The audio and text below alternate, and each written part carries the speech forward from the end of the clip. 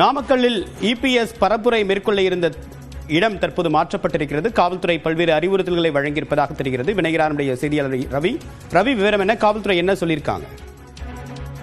தேவப்பிரியன், அதாவது மக்களை காப்போம் தமிழகத்தை மீட்போம் என்ற பரப்பினின் கீழ் எடப்பாடி பழனிசாமி தமிழகம் முழுவதும் பரப்புரை செய்து வருகிறார். அதன்படி நாமக்கல் மாவட்டத்தில் உள்ள திருச்செங்கோடு சட்டமன்ற தொகுதி மற்றும் குமாரபாளையம் சட்டமன்ற தொகுதிகளில் நாளை பிரச்சாரம் செய்ய உள்ளார்.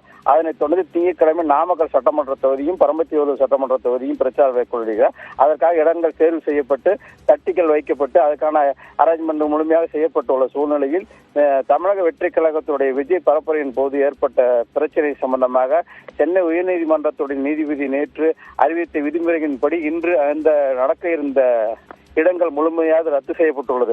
காவல்துறைக்கும் மாவட்ட நிர்வாகத்துக்கும் பேச்சுவார்த்தை நடைபெற்ற நிலையில் தற்போது காவல்துறை அந்த இடத்திற்கு வந்து ஆய்வு செய்தனர். அந்த ஆய்வு செய்த இடத்தில் சாலை ஓரங்களில் உள்ள இடங்கள் தேர்வு செய்யப்பட்ட இடங்களை முழுவதும் ரத்து செய்வதாகவும் பொதுமக்களுக்கு இடையூறு ஏற்படக்கூடியதாகவும் நகரப்பகுதியில் உள்ள இடங்களுக்கு வந்து ரத்து செய்யப்படுவதாக அறிவித்துள்ளனர். இதனை அடுத்து பட்டா இடங்களில் மட்டும் தேர்வு செய்யப்படும் என கட்சியினர் அறிவித்தனர் பேரில் தற்போது கட்சியினர் திருச்செங்கோடு, குமாரபாளையம், நாமக்கல், பரமத்திவேலூர் ஆகிய இடங்களுக்கு விரைந்து இந்த இடங்களை தேர்வு செய்வதற்கான பணிகளை மேற்கொண்டு வருகின்றனர்.